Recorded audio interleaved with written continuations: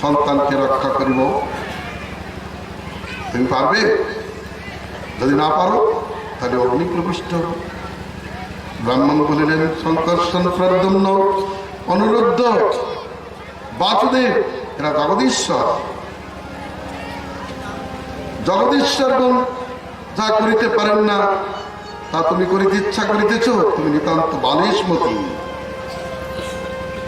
তোমার কথাই আমরা শ্রদ্ধা করি না। তাতে অর্জুন বলেন, আমি সংকর্ষণ নই, আমি প্রদ্যুম্ন নই, আমি অনুরুদ্ধ নই, বাসুদেব নই, আমি গান্ডীবধারী অর্জুন। আমি ধনুতে যা রোপণ করিলে পৃথিবী নিনাদিত হবে। আমার বীরত্ব শিবকে সন্তুষ্ট করেছে, আমার বীরত্ব ইন্দ্রকে সন্তুষ্ট করেছে, আমার বীরত্বে দেবগণ সন্তুষ্ট। বিশ্বাস করুন, আপনার পুত্রকে আমি রক্ষা করব। ব্রাহ্মণ চলে গেলেন। যথাকালে ব্রাহ্মণী গর্ভধারণ করিলেন। প্রসবকাল উপস্থিত হইলেই ব্রাহ্মণ অর্জুনকে ডাকিলেন। অর্জুন কাউকে কিছু না বলিয়া তিনি অন্য পথে আসিয়া শিব নামে আচমন করিলেন। ওম নমঃ শিবায়, ওম নমঃ শিবায় আচমন করে তারপরে সর্পাঞ্জন নির্মাণ করিলেন। আসন্ন প্রসব ব্রাহ্মণীকে তার মধ্যে রাখিলেন। নিজে দ্বার দেখে ধনুর্বাণ হস্তে দাঁড়ালেন। কিন্তু কর্মের কি বিপাক! সন্তানটি প্রসূত হওয়া মাত্রই মৃত্যু লোকে পতিত হইল। ব্রাহ্মণ চিৎকার করিয়া উঠিলেন, হে অর্জুন, কই তুমি তো আমার পুত্রকে রক্ষা করিলে না?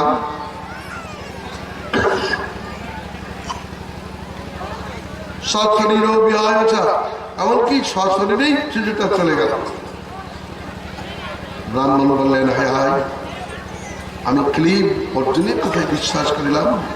জগদীশ্বর গুণ যে কাজ করতে পারে না সেই কাজ করিতে চাই, তাকে ধী। মিথ্যাবাদী অর্জুনেরকে ধী। অর্জুনের রক্ত ফুটতে লাগলো।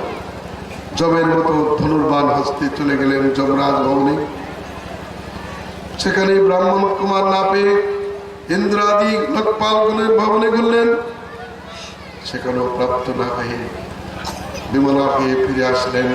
চিতা প্রস্তুত করে অগ্নি প্রজ্বালিত করে তাতে ঝম্প প্রদান করতে যাচ্ছেন। এমন সময় শ্রী গোবিন্দ আসিয়া তাকে হাতে ধরে রথে তুলিলেন। চলো বন্ধু। তাকে রথে তুলে আনাইলেন। রথ চলতে লাগলো। সপ্ত দ্বীপ, সপ্ত সমুদ্র, সপ্ত গিরি, লক্ষ লক্ষ পর্বত অতিক্রম করিয়া সেই রথ এক মহৎ অন্ধকারে প্রবেশ করিল। ভগবান সুদর্শন চক্র আগে আগে চলিতে লাগিল। রথ চলিতে চলিতে মহাকালপুরে উপস্থিত হইল। অর্জুন দেখিলেন সেই মহাকালপুরে অনন্ত শয়নে পদ্মনাভ ভগবান অবস্থিত। আহা, ওই রূপ দর্শনে তার চিত্ত প্রসন্ন বিস্মিত হইল। পার্থগণ তার স্তুতি করিতেছেন, শক্তিগণ নানাভাবে তার সেবা করিতেছেন। এবার কৃষ্ণ অর্জুনকে দেখি সেই মহাকালপুরেশ্বর নারায়ণ বললেন, এসো এসো, বসো। আমি তোমাদের দুইজনকে দেখবার জন্য এই ব্রাহ্মণের 10টি পুত্রকে হরণ করিয়াছি।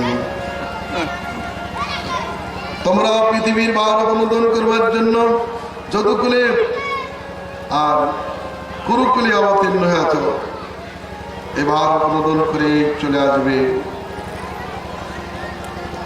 পূর্ণ কাল হয়ে গেলেন। 10টি পুত্র নিয়ে ভগবান শ্রীকৃষ্ণ অর্জুন সহ দ্বারকায় উপস্থিত হলেন। ব্রাহ্মণকে 10টি পুত্র দিলে ব্রাহ্মণ কৃষ্ণের গুণে মুগ্ধ হলেন। এদিকে পার্থ যা জিততে পারলেন। নিঃসম্মাবস্ত্রবংধাম পার্থ পরমবেশমিত। যৎকিঞ্চিৎ পৌরুষং পুংসাং মেনে কৃষ্ণানুকম্পিতম।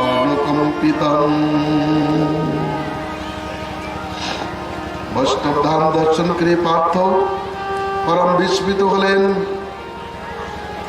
তিনি বুঝতে পারলেন জীবের যা কিছু পুরুষত্ব সবই কৃষ্ণানুকম্পিত বিষয়। উপনিষদের একটি কাহিনী আছে, দেবাসুর সংগ্রামে দেবতাগণ জয়লাভ করে পরস্পর স্পর্ধা করিতে লাগিলেন। আমি না থাকলে বিজয় হইতাম। ইন্দ্রাদি দেবগণ সকলে স্ফলন করে চলেছেন, আস্ফলন করে চলেছেন। ভগবান তাদের গর্বকে চূর্ণ করবার জন্য দ্বার দেশে এক কালো পুরুষ রূপে উপস্থিত হইলেন। দাঁড়ি দাঁড়ালেন, একজন দ্বারে এসেছেন। ইন্দ্র অগ্নিকে বললেন, অগ্নি, দ্বারস্থিত পুরুষের পরিচয় লইয়া আসো। তিনি আসিলেন, বলেন আপনি কে? বলে আপনি কে তাই বলুন। বলে আমি অগ্নি, আপনার কি কার্যকারিতা? আমি ক্ষণকালের মধ্যে সবকিছু পুড়িয়ে ছারখার করে দিতে পারি। তিনি একটি তৃণখণ্ড দিয়ে বললেন, আপনি এই তৃণকে পোড়ান তো। অগ্নি অত্যন্ত রুষ্ট বললেন, আপনি আমাকে অবজ্ঞা করিতেছেন, আপনার পরিচয় দেন। পরে পরিচয় দেব পরে, আগে তৃণখণ্ড পোড়ান, দেখি আপনার শক্তি কেমন আছে। এটা সামান্য ব্যাপার, সামান্য শক্তি, বিশেষ শক্তি, সর্বশক্তি প্রয়োগ করেও পড়াতে না পারে মাথা নত করে ইন্দ্রের কাছে যে বললেন, সেই পুরুষের পরিচয় পেলাম না। বায়ুকে পাঠালেন। বায়ু বলছে, আপনি কে? তিনি বললেন, আপনি কে তাই বলুন। আমার নাম বায়ু, আপনি কি করতে পারেন? ক্ষণকালের মধ্যে আমি সবকিছু উড়িয়ে দিতে পারি। তৃণখণ্ড দিয়ে বললেন, এই তৃণখণ্ড উড়ান তো। আমাকে অবজ্ঞা করছেন যে আমি মহাপ্রলয় ঘটাতে পারি? সামান্য একটা তৃণ, আপনি শক্তির পরিচয় দেন। সব সামান্য শক্তি, বিশেষ শক্তি, সর্বশক্তি প্রয়োগ করেও তৃণখণ্ড যখন চালাতে পারলেন না, মাথা নত করে চলে গেলেন। এইভাবে যে দেবতা আসে, সেই দেবতায় মাথা নত করে চলে যায়। ইন্দ্র বললেন, কি ব্যাপার, তোমরা এত বড় দিকপাল, দ্বারস্থিত পুরুষের পরিচয় পেলে না? ইন্দ্র স্বয়ং যেই না তার পরিচয় নিতে আসলেন, সঙ্গে সঙ্গে ভগবান অন্তর্ধান করিলেন। সেখানে ছিলেন দুর্গা দেবী। বললেন, দেবী, দ্বারে যিনি ছিলেন তিনি কে, তার পরিচয় জানেন? তিনি বললেন, তোমরা যার পরে বলিয়ান হয়ে পরস্পর স্পর্ধা করিতেছ, তিনি সেই ভগবান শ্রী গোবিন্দ।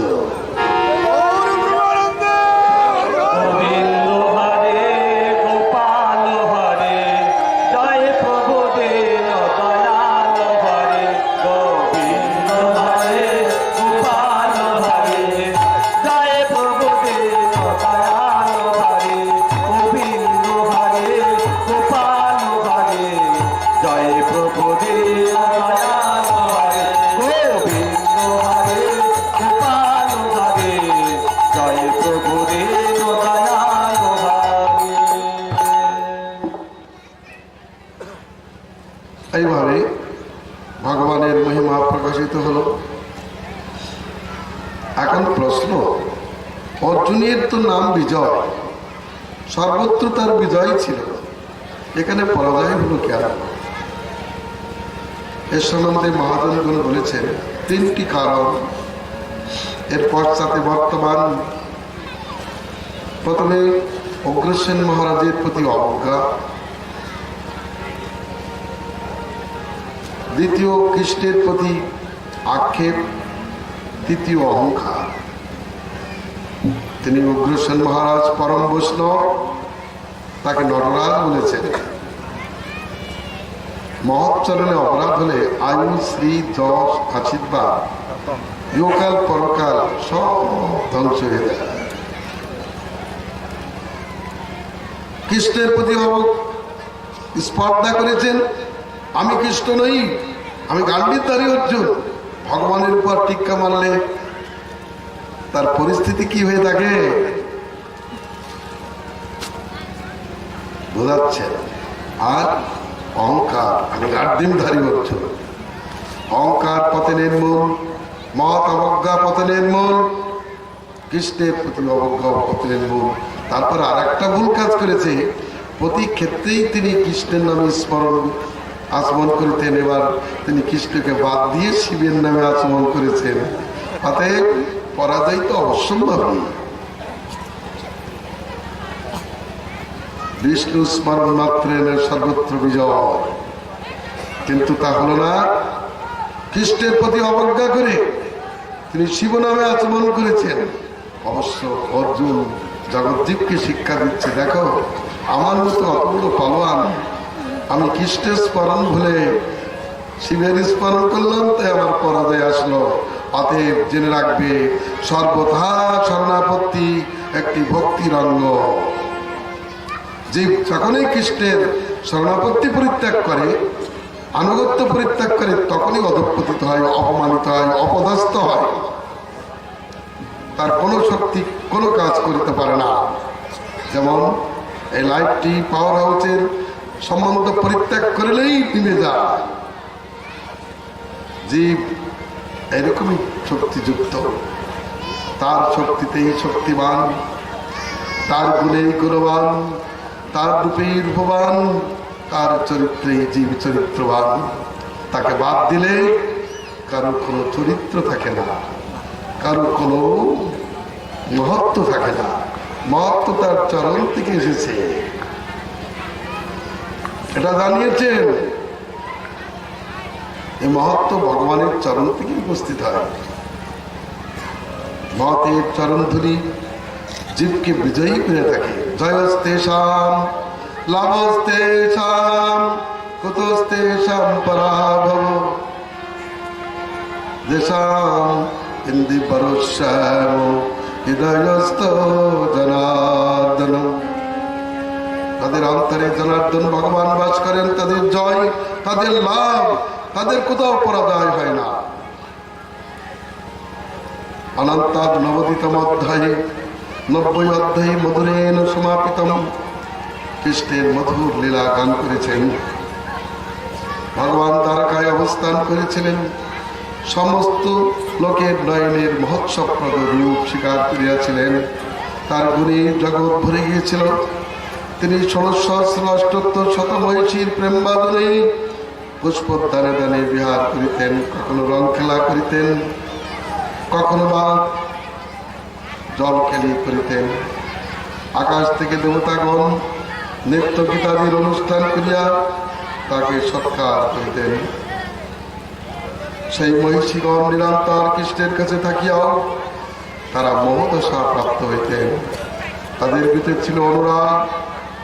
অনুরাগ দশায় থাকায় কৃষ্ণকে নিজের কাছে পেয়েও তারা মনে করিতেন আমরা কৃষ্ণের কাছে নাই।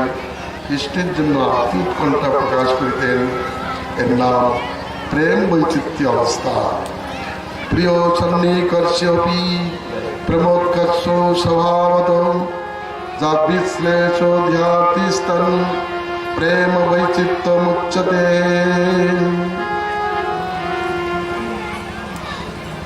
এর আধারণী বৃন্দাবনেও আছে। মহিষীদের মধ্যে প্রেম বৈচিত্র্য গীত গেয়েছে।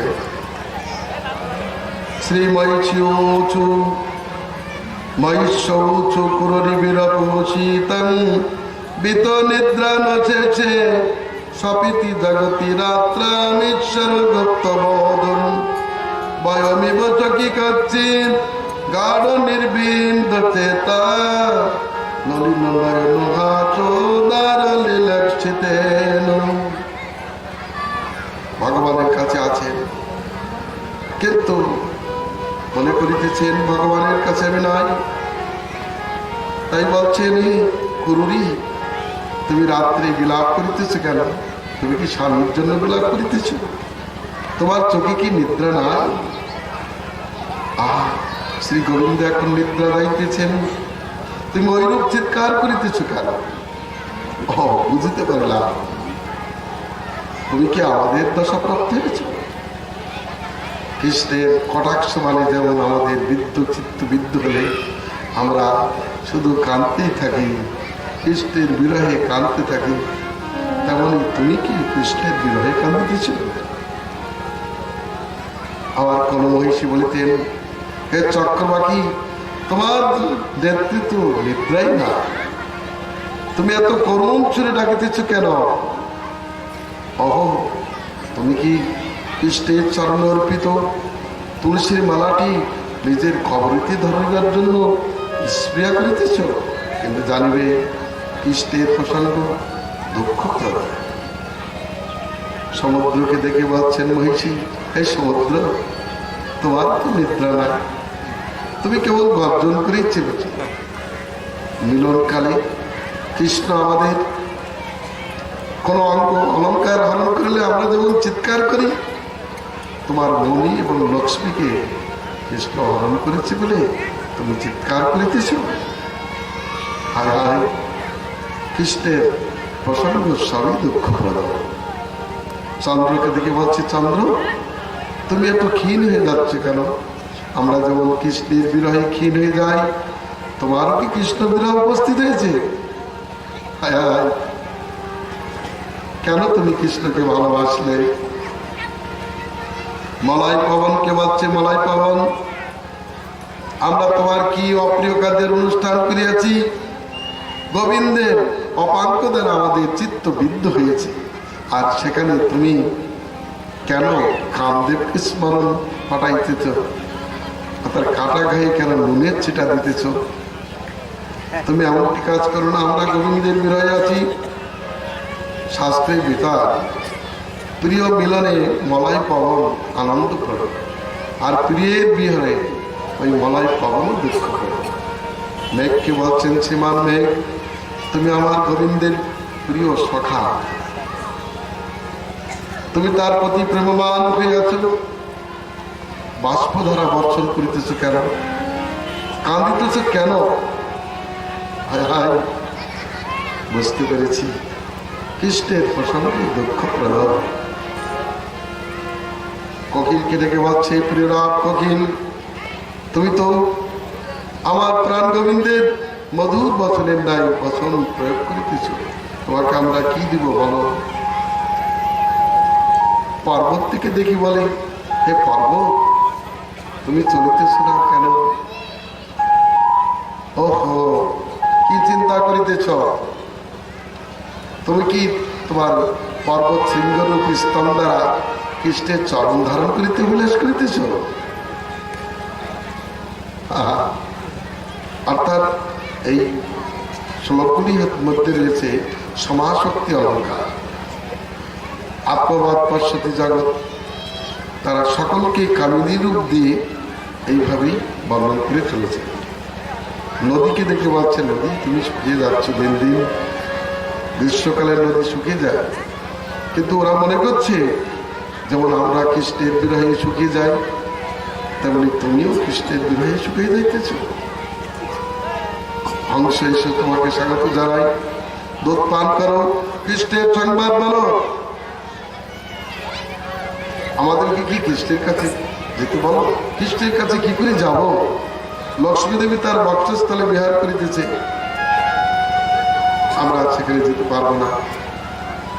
বলে না, আপনার তো প্রিয় লক্ষ্মী দেবীকে তিনি ত্যাগ করতে পারবেন না। তা গোপী বলছে, এই মহিষী বলছেন, লক্ষ্মী কি একাই কৃষ্ণ প্রিয়া? আমরা কি প্রিয় নই? যাও। এইভাবে মহিষীগণ দিব্য দশা প্রাপ্ত হইতেন। ওই যদুকুলে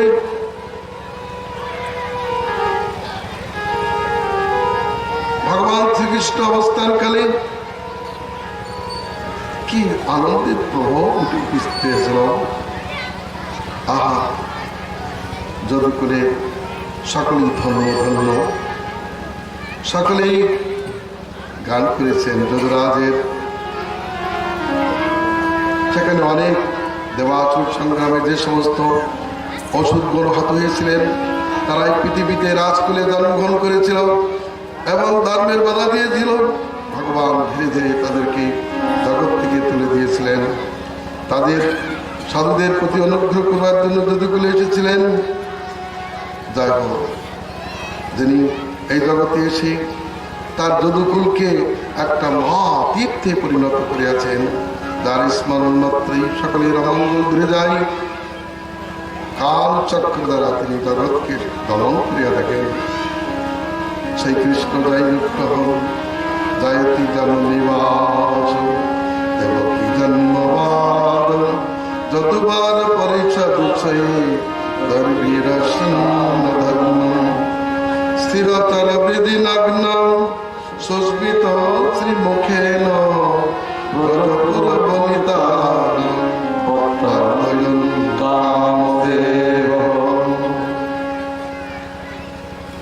জননিবাস, জনগণের মধ্যে যিনি অন্তর্যামী রূপে বাস করেন, অথবা যাদবদের মধ্যে যিনি যাদবোত্তম রূপে বাস করেন, তিনি জয়যুক্ত হইতেছেন।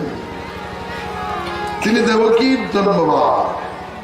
দেবকী হইতে কৃষ্ণের যে জন্ম, এটি বাদ মাত্র, তত্ত্ব তো তিনি অজর। আমার বলছেন দেবকী হইতে যে শ্রীকৃষ্ণের জন্ম, এটাও সিদ্ধান্ত। কারণ ভগবান অজর হয়েও আবার জাত হন। অজত্ব জাতত্ব দুটি সিদ্ধ। যদুগঞ্জার পার্ষদ নিজের বাবু অথবা বাহুতুল্য অর্জনদী দ্বারা যিনি অধর্ম নাশ করেন, স্থান তিনি স্থাবর জনগমের দক্ষহারী মৃদুমন্দ হাস্যরেখা দ্বারা বজস্থিত রমণী এবং পুরস্থিত মহিষীগণের কাম বর্ধন করেন।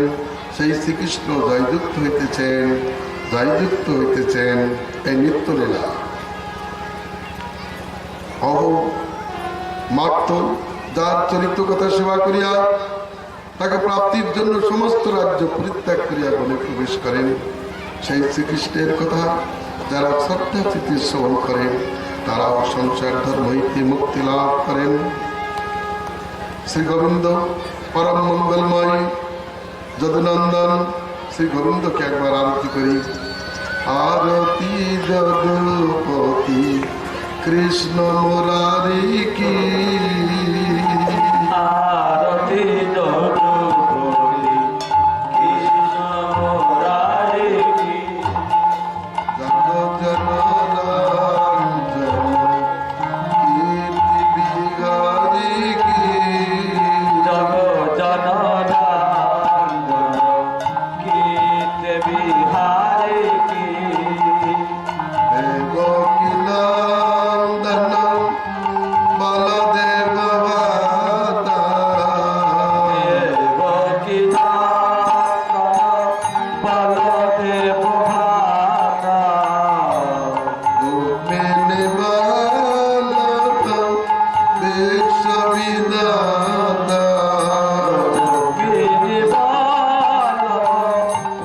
বিশ্ববিধাতা, হংস বিধান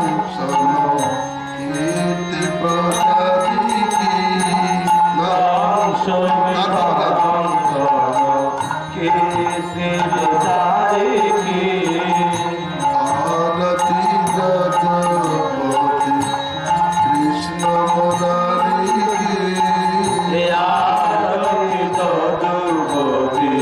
কৃষ্ণ মুরারি কি, নেত্র মহোৎসব রূপ দর্শন, নেত্রমহোৎসব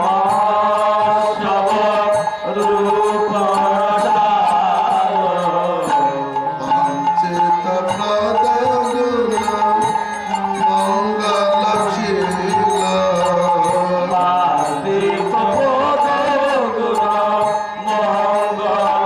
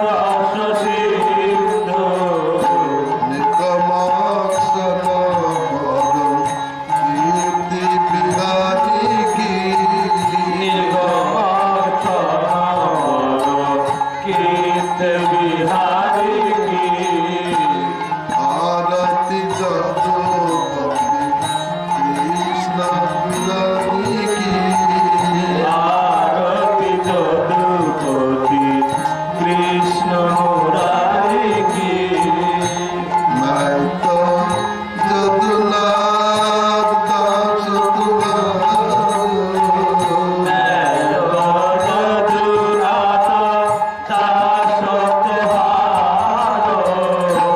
अपना दिल से कबू न बिसारो आरती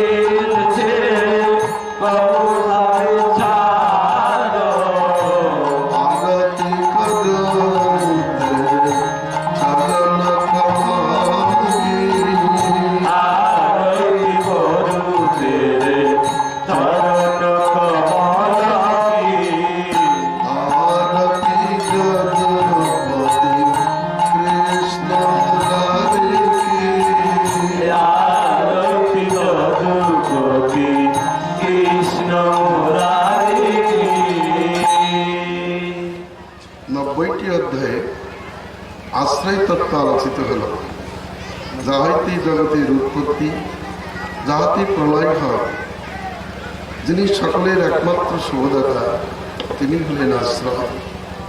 অনন্ত কোটি ব্রহ্মাণ্ডে, অনন্ত কোটি বৈকুণ্ঠে, অনন্ত কোটি অবতারে মূল পুরুষ হলেন গোবিন্দ, তিনি আশ্রয়। আর সবই তার আশ্রিত বিগ্রহ। সেই স্বয়ং ভগবান শ্রীকৃষ্ণ বৃন্দাবন, মথুরা, দ্বারকায় 3টি স্বরূপে লীলা করিয়া থাকেন। তার মধ্যে স্বয়ং ভগবান রূপে বৃন্দাবনে, তদিকাত্মস্বরূপে মথুরা এবং দ্বারকাতে বিহার করেন। অখিল গুণ প্রকাশে শ্রীকৃষ্ণ বৃন্দাবন হলেন পূর্ণতম স্বরূপ। তার থেকে সামান্য গুণ প্রকাশে মথুরায় পূর্ণতর স্বরূপ এবং অল্প সংখ্যক গুণ প্রকাশে ভগবান দ্বারকায় পূর্ণ স্বরূপ। ভগবান শ্রীকৃষ্ণ বৃন্দাবনে সমর্থরতির বিলাস করেন, মথুরায় সাধারণ রতির বিলাস করেন কবজার সঙ্গে, আর দ্বারকায় সমঞ্জসা রতির বিলাস করেন। এই ত্রিবিধ ধামে বিলাসের মাধ্যমে তিনি তার বাঞ্ছিত সকল দান করেন। তার মধ্যে শ্রীকৃষ্ণ বৃন্দাবনে কেবল মাধুর্যময়, মথুরা দ্বারকা দিতে তিনি ঐশ্বর্য মাধুর্যময়। বৃন্দাবনে তিনি বংশীধারী, দ্বারকা মথুরায় তিনি শঙ্খ চক্র গদা পদ্মধারী, কখনো দ্বিভুজ কখনো বা চতুর্ভুজ। তিনি কখনো কখনো কৃষ্ণলীলা শ্রবণে কৃষ্ণের রূপে আকৃষ্ট হয়ে রাধার ন্যায় ভোগ করবার জন্য বিলাস করেন। মণিস্তম্ভে কৃষ্ণ নিজের মূর্তি দেখে অত্যন্ত বিস্মিত হইয়া বলিলেন, এই মূর্তি কোথায় আসিল? এই মূর্তি দেখিয়া রাধার ন্যায় আমার যার আস্বাদন করিতে উপভোগ করিতে বিলাস হইতেছি। আত্মমাধুর্য ঘরে আপনার মন, ওইসে দয়ালু দাতা কি করে তার গুণগান। ব্রজেন্দ্র নন্দনের প্রতি কান্না কৃষ্টি সমস্ত অবতারগণ তার রূপে আকৃষ্ট হয়ে যান। তিনি একমাত্র সেব্য। মাধুর্য প্রাপ্তির জন্য ব্রহ্ম বিষ্ণু মহেশ্বর তার ধামের সেবা করেন। পর্বতাদি রূপে অবতারগণ ওইভাবে সেবা করে থাকেন। এক সময় ভগবান বংশীধ্বনি করিয়া রাসবিলাস করিতেছিলেন। সেই বংশীধ্বনি শ্রবণ করে দ্বারকাধীশ আকৃষ্ট হলেন, উপস্থিত হলেন রাসের দ্বারে। রাধার এক সখী বললেন, থামো, কোথায় যাবে? আমি রাসস্থলিতে মদনমোহনকে দেখব। নারী বললেন, সেখানে দ্বিতীয় পুরুষের প্রবেশ নিষেধ। বাসুদেব বললেন, তুমি জানো কি আমি? বলুন আপনি কে? বলে, আমি বাসুদেব, দ্বারকাধীশ। দাঁড়ি বললেন, আপনি বাসুদেব হন আর যেই হন না কেন, এখানে দ্বিতীয় পুরুষের প্রবেশ নিষেধ। আমি কি করিলে রাজস্থলীতে মদন মোহনকে দেখতে পারি? বলে এই বিষয়ে পর্ণমাসীর কাছ থেকে মন্ত্রণা গ্রহণ করুন। কোথায় আছেন তিনি? রাধাকুণ্ডে। চললেন সেখানে, দেবীকে নমস্কার করে বললেন, দেবী, আমি রাজস্থলীতে মদন মোহনকে দেখতে চাই, কিন্তু রাধার সখী আমাকে প্রবেশ করিতে দিল না। কি করিলে আমি সেখানে প্রবেশ করিতে পারি? পর্ণমাসী দেবী বললেন, তুমি গোপীগর্ভে জন্ম নাও, তারপর তুমি গোপী হয়ে রাজস্থলীতে প্রবেশ করতে পারো। বাসুদেব বললেন, দেবী, সে তো অনেক দিনের ব্যাপার, আমি এখনই যেতে চাই। এমন কিছু ব্যবস্থা আছে কি? তো বলেন, হ্যাঁ আছে। কি ব্যবস্থা? এই রাধাকুণ্ডে স্নান করো। রাধাকুণ্ডে ডুব মেরে উঠতেই দেখে 12 বছরের কিশোরী অপূর্ব সুন্দরী রূপ হয়েছে। তার নাম দিলেন শ্যামা গোপী। বলেন, এবার যাও। চলে গেলেন। তারপর সেখানে যে গোপী রূপে সেখানে যে তিনি রাধা মদন মোহনকে দর্শন করলেন রাজস্থলীতে। জয় শ্রী রাধা মদন মোহন কি জয়। শ্রীকৃষ্ণ দ্বারকা বিলাসে অনন্ত ব্রহ্মাণ্ডের তিনি যে একমাত্র প্রভু তা জানিয়েছেন। এক সময় চতুর্মুখ ব্রহ্মা দ্বারকার দ্বারে উপস্থিত হলেন। দ্বারী বললেন, এক ব্রহ্মা আসিয়াছেন প্রভু। ভগবান বললেন, কোন ব্রহ্মা, তার পরিচয় লইয়া আসুন। দ্বারী আসি বললেন, আপনি কোন ব্রহ্মা? বললেন, আমি ব্রহ্মা, আমি ছাড়া আর কে ব্রহ্মা আছে? দ্বারী বললেন, আপনার মতো কত ব্রহ্মা এখানে আসেন, আপনার পরিচয় দেন, আপনি কোন ব্রহ্মাণ্ডের ব্রহ্মা?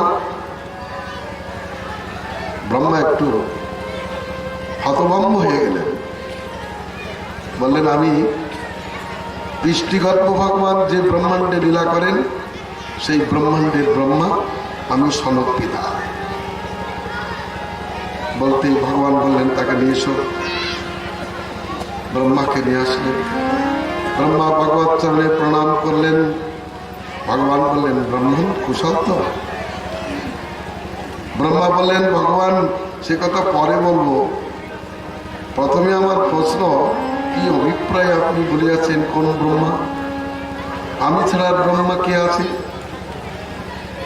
ভগবান একটু হাস্য করলেন, স্মরণ করলেন। স্মরণ মাত্রই অনন্ত কোটি ব্রহ্মাণ্ডের ব্রহ্মাগণ আসিতে লাগলেন। অচিন্ত শক্তি সম্পন্ন ভগবান ব্রহ্মাকে দেখাচ্ছেন। ব্রহ্মা দেখিলেন, কারো 8 মুখ, 16 মুখ, 32 মুখ, 64 মুখ, 100 মুখ, সহস্র মুখ, লক্ষ মুখ, অদ্ভুত অনন্ত মুখ ব্রহ্মাগণ আসিয়া কৃষ্ণের চরণে প্রণাম করিতেছেন। শয়ন্ত সম্মাতি সহস্রধীশম স্বরাজ্য লক্ষ্মাপ্ত সমস্ত কাম বলিঙ্গরদ্ভেদ চিরলোকপালম কিরীট কটিরিত পাদপীঠম। তাদের মস্তকের কিরীট যেন পাদপীঠে বাজতে লাগলো, মনে হতে লাগলো তারা স্তুতি করিতেছে। এবার দেখলেন দশনয়ন, শতনয়ন রুদ্রগণ সেখানে আসলেন। তারপর ইন্দ্রগণ আসলেন, তাদের অনন্ত নয়ন। ব্রহ্মা অস্থির মধ্যে মশকের মধ্যে অবস্থান করিয়া ওই সব দেখিতে লাগিলেন। তারা তো ভগবানকে প্রণাম করে বলছেন, ভগবান কি জন্য স্মরণ করিয়াছেন? ভগবান বললেন, আমি তোমাদের দেখতে চাইছি, এই জন্য স্মরণ করিয়াছি। তোমাদের কুশল তো? বলে, হ্যাঁ ভগবান, আপনার কৃপায় আমাদের সব কুশল। সঙ্গে সঙ্গে তারা দেখলেন ভগবান যেন তাদের ব্রহ্মাণ্ডেই আছে। ভগবদ আজ্ঞা নিয়ে ব্রহ্মাণ্ড অধিষ্ঠিতি ব্রহ্মাণ্ডের ব্রহ্মাগণ চলে গেলেন। ব্রহ্মা এবার ভগবত চরণে প্রণাম করে বলছেন, জানন্ত এব জানন্ত কিং বক্তা নামে প্রভু মনস বপুষ বাচ বৈভবং তব গোচর। ভগবান, কেউ যদি বলে আমি কৃষ্ণকে জানি, তিনি জানুন সেখানে আমার বক্তব্য আপনার এই বৈভব আমার কায়মন বাক্যের অতীত। শ্রীকৃষ্ণের লীলা এই পর্যন্ত শেষ হলো না। এরপরে একাদশ স্কন্ধ আরম্ভ হবে। একাদশ স্কন্ধের আলোচ্য বিষয় মুক্তি। মুক্তির লক্ষণ কি? ইত্যানুত্থারূপং স্বরূপেণ ব্যবস্থিতি। ঔপাধিক রূপ, মায়িক রূপ, আগন্তক রূপ, নৈমিত্তিক রূপ পরিত্যাগ করিয়া কৃষ্ণ দাস্য স্বরূপে অবস্থানের নাম মুক্তি। শাস্ত্রী অন্যত্র বলেছেন বিষ্ণুর দাসত্ব হি মোক্ষমাহীষিণা। বিষ্ণুর দাসত্ব কি মনীষীগণ মুক্তি বলে আছেন। অতএব একাদশ স্কন্ধ ভগবানের ললাটদের স্বরূপ। ললাট হচ্ছে ভাগ্য দেবতা, ভাগ্যস্থান স্বরূপ। এই একাদশ স্কন্ধে সর্বত্র মুক্তির কথা আলোচিত হয়ে আছে।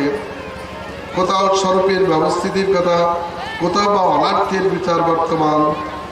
অন্যতা ভাব মানেই অনর্থ ভাব, বিরূপ ভাব, মায়িক ভাব, স্বরূপের বিরোধী ভাব। ভজদাত হইতে ভাগ বা ভজন অনুসারে ললাট ভজনের নির্দেশক। যারা ভাগ্যবান তারাই মুক্তির অধিকারী। অতএব মুক্তি নামক লক্ষণটি আলোচনার মাধ্যমে ভগবানের অলকা তিলক শোভিত ললাটের বিশদ বর্ণন হয়েছে। ভগবান শ্রীকৃষ্ণ কুরুক্ষেত্র যুদ্ধে কুরু পাণ্ডবকে লক্ষ্য করে তিনি পৃথিবীর বার অবনোদন করিয়া দ্বারকায় অবস্থান করিতে লাগিলেন। কিন্তু চিন্তা করিলেন আমি এখন এইভাবে নিত্যলীলায় চলে যাব না। দুর্বিষহ যাদবগণ আছেন, এরাও পৃথিবীর ভারস্বরূপ। আমি যদি এদেরকে রাখিয়া যাই এরা কাউকেও গ্রাহ্য করিবে না, যেহেতু আমার বলে বলিয়ান। অতএব আমি ইহাদের মধ্যে কলহ উৎপাদন করিয়া ধ্বংস করিয়া পরে নিত্যলীলায় প্রবেশ করিব। এইরূপ ইচ্ছা পোষণ করিতে লাগিলেন। তারপর সাপ ব্যাজে সাপ ছলে তিনি কুলকে অভিশপ্ত করিলেন। লোকের মহোৎসবপদ শ্রী মূর্তিকে তিনি নয়নের অন্তরালে লইয়া গেলেন।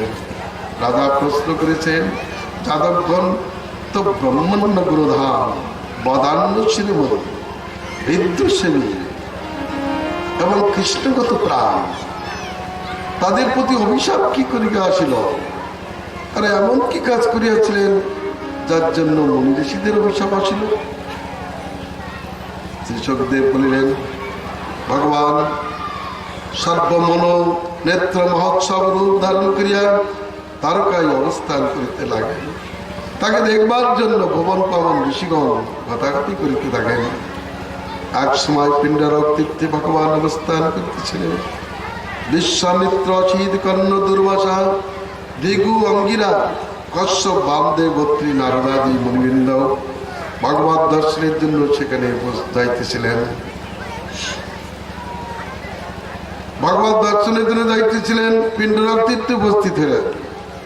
ঠিক সেখানে যদুকুমারগণ শাম্বকে গর্বিণী নারীর সাথে সজ্জিত করলেন এবং ওই ঋষিদের কাছে বিনীতভাবে জিজ্ঞাসা করিলেন হে ঋষিগণ, আপনার তো সর্বদর্শী, বলুন তো এই আসন্ন প্রসবা রমণী কি প্রসব করিবেন? ভগবত ইচ্ছায় শ্রী নারদমণি, অন্যত্র বলেছেন নারদমণি, কেউ বলেন দুর্বাসা মুনি, কিন্তু ভগবত অভিপ্রায় অভিজ্ঞ শ্রী নারদমণি বলিলেন তোমাদের এই গর্বিণী নারী যা প্রসব করবে তাতেই তোমাদের কুল ধ্বংস হবে।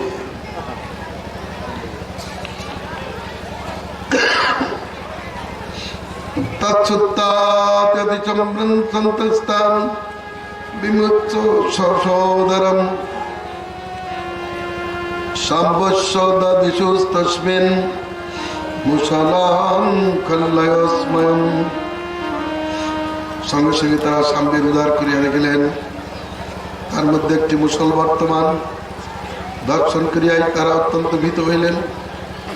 অধবদনে তারা মুসল সহ যদুরাজের কাছে উপস্থিত হলেন, প্রকৃত ঘটনা বলিলেন। যদুরাজ হাই হাই করতে লাগলেন, চারিদিকে সংঘাত চলে গেল। যদুরাজ বললেন, কি হবে? আমাদের কুলে অভিশাপ, কি অন্যায় আচরণ করলে তোমরা? হাসতে হাসতে কান্নাকাটি আরম্ভ করলে। আমাদের কুলে এমন কেউ করে না। তোমরা সাধুদের কাছে কেন এমনটি জিজ্ঞাসা করলে? সাধু অবজ্ঞা অধঃপাতের কারণ। যাও, মুসলকে চূর্ণ করে সমুদ্রের জলে ফেলে দাও। চূর্ণ করলেন, কিন্তু একটু সামান্য থেকে গেল, সেটাও ফেলে দিলেন। ওই চূর্ণিত লৌখণ্ড প্রবাস ক্ষেত্রে যায় এড়কাভিক্ষ রূপে জন্মগ্রহণ করিল, আর মুসলের অবশেষ্টে একটি বৃহৎ মৎস্য গ্রহণ করিল। জীবনের জালে মৎস্যটি উঠিল। সেই মৎস্যের উদর থেকে ওই লৌখণ্ড পেয়ে ব্যাধ, জরা ব্যাধ তার ধনুর্বাণের আগায় সংযুক্ত করিল। ভগবান সর্বজ্ঞ কেউ, তিনি কিছু বলিলেন না। ইচ্ছা থাকিলেও সকলেই কৃষ্ণের কাছে উপস্থিত হয়েছেন। কৃষ্ণ, আমাদের কোনো অভিশাপ আসিয়াছে, তুমি অন্যথা করো, তুমি তো সবকিছু পারো। বসুদেব দেবকী কৃষ্ণকে জড়িয়ে ধরে বলছে, বাবা, এই কুলের কুলাম, কুলে কি কি অপকীর্তি আসলো! হায় হায়, শাম্ব কি সর্বনাশ করলো!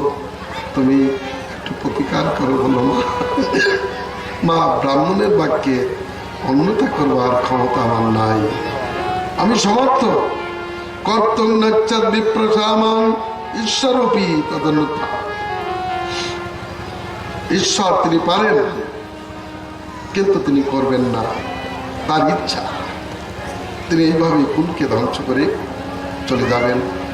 এই জগতে এসেছেন একটি কারণ নিয়ে, এই কারণময় জগৎ থেকে তিনি এইভাবেই চলে যাবেন। চারিদিকে অশান্তির ছায়া পড়ে গেল। কি করবেন? সকলে ভয়চন্ত্র হয়ে পড়ে আছেন। নারদ মুনি আসিয়াছেন। তিনি প্রায় কৃষ্ণ দর্শনের জন্য দ্বারকায় ঘোরাঘুরি করিতেন। তিনি এক সময় বসুদেবের গৃহে উপস্থিত হলেন। বসুদেব দেবকী তাকে স্বাগত জানালেন, উত্তম রূপে পূজা করে বসালেন।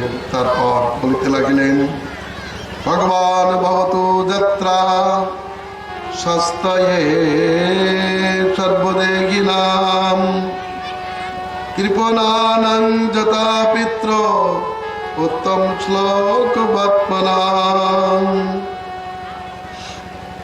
হে মুনিবর, আপনার এই যাত্রা জগতের মঙ্গলের কারণ। যেমন পিতার যাত্রা পুত্রদের মঙ্গলের কারণ স্বরূপ, এ সংসারিক দেবচরিত্র প্রাণীদের সুখ দুঃখের কারণ, কিন্তু সাধু চরিত্র সর্বদাই সুখেরই কারণ হয়ে থাকে। দেবতাগণ স্বার্থপর, কিন্তু সাধুগণ দীনবৎসল। হে ব্রহ্মণ, আপনার কাছে আমি ভাগবত ধর্ম জিজ্ঞাসা করি। যে ধর্ম জানতে পারলে জীব সর্বতভাবে সংসারাদি ভয় থেকে মুক্তি লাভ করে। হায় হায়, পুরাকালে আমি ভগবানের আরাধনা করিয়াছিলাম, তার মায়ায় মুগ্ধ হইয়া তৎসদৃশ পুত্রই প্রার্থনা করিয়াছিলাম, কিন্তু মুক্তি প্রার্থনা করি নাই।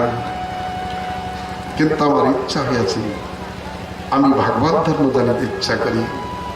যে ধর্মে সন্তুষ্ট হইয়া ভগবান নিজেকে দান করিয়া দেন, আমি যদি যোগ্য হই, তাহলে আমার কাছে সেই ভাগবত ধর্ম কথা উপদেশ করুন। নারদ মুনি বললেন, হে মান, ছাত্রতর সব, এই ছাত্রত শ্রেষ্ঠ বসুদেব, আপনি আপনার বুদ্ধির সঙ্গে ব্যবসিত হয়ে আছে। যেহেতু আপনি বিশ্বভাবন ভাগবত ধর্ম শ্রবণ করিতে বিলাস করিয়াছেন, এই ভাগবত ধর্ম শ্রুত হইলে, অনুপঠিত হইলে, ধ্যান করিলে, অপরে পাঠ করিলে, আদর করিলে, অনুমোদন করিলে বিশ্বদ্রোহীকে উপযুক্ত পবিত্র করিয়া থাকে। আপনি পরম কল্যাণ যেহেতু আমাকে ভগবত বীর্য দর্শনে নিযুক্ত করিলেন, তবে শ্রবণ করুন এ সম্বন্ধে নিমি নবযোগেন্দ্র সংবাদ আপনার কাছে গান করিতেছি। ভগবানের পুত্র, ব্রহ্মার পুত্র, সাইন্দ্র মনু তার পুত্র, প্রিয়ব্রত তার পুত্র, অগ্নিদ্র তার পুত্র, নাভি হইতে ভগবান ঋষভদেব বাসুদেব বংশে আবির্ভূত হন। তিনি ইন্দ্রকন্যা জয়ন্তীর গর্ভে 100 পুত্র উৎপাদন করেন।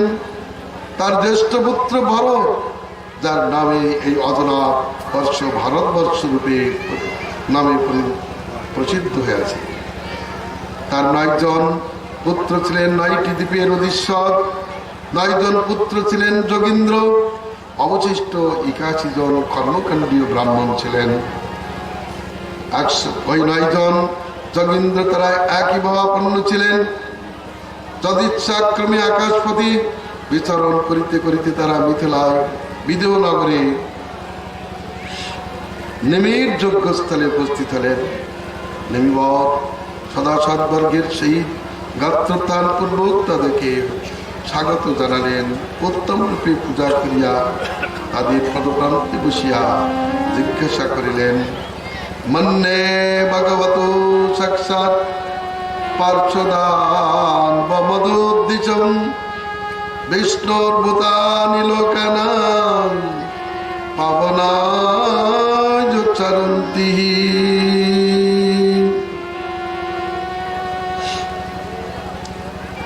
হে মহাত্মাগণ, আমি মধুসূদন শ্রীকৃষ্ণের পার্শ্বদ বলে আপনাদেরকে জানিতেছি। কারণ ভগবানের ভক্তগণ এই জগৎজীবের পবিত্রতার জন্য বিচরণ করিয়া থাকে। এই সংসারে এই মনুষ্য দেহটি দুর্লভ, দুর্লভ হইলেও ক্ষণমঙ্কুর, ক্ষণমঙ্কুর হইলেও পরমার্থপ্রদ। কিন্তু এই দেহ অপেক্ষাও আরো দুর্লভ বৈকুণ্ঠ প্রিয় দর্শন, বৈকুণ্ঠনাথের প্রিয় ভক্তগণের দর্শন দুর্লভ। কেমন দুর্লভ? যেমন সব জায়গায় চন্দন গাছ পাওয়া যায় না। সুন্দরবনে অনেক বৃক্ষ আছে, কিন্তু চন্দন বৃক্ষ আছে কি? নীতিশাস্ত্র বলেছেন, শৈলে শৈলে নমানিক্যম মুক্তিকন্ন গজে গজে নহি সর্বত্র সাধব চন্দনং না বনে বনে। প্রতি পর্বতে মাণিক্য থাকে না, প্রতি হস্তির মাথায় মুক্তা থাকে না, প্রতি বনে বনে চন্দন বৃক্ষ থাকে না, আর সর্বত্র সাধু দর্শন হয় না। সাধনাং দর্শনাং দুর্লভ। আর তাদের দর্শন হলে মানুষের অবাঞ্ছিত কিছু থাকে না। তথাপি আপনাদের কাছে অতি বিশ্বস্ততার সহিত আমি প্রশ্ন করিতেছি যে ইহ সংসারে কিভাবে জীব আত্যন্তিক মঙ্গল লাভ করে।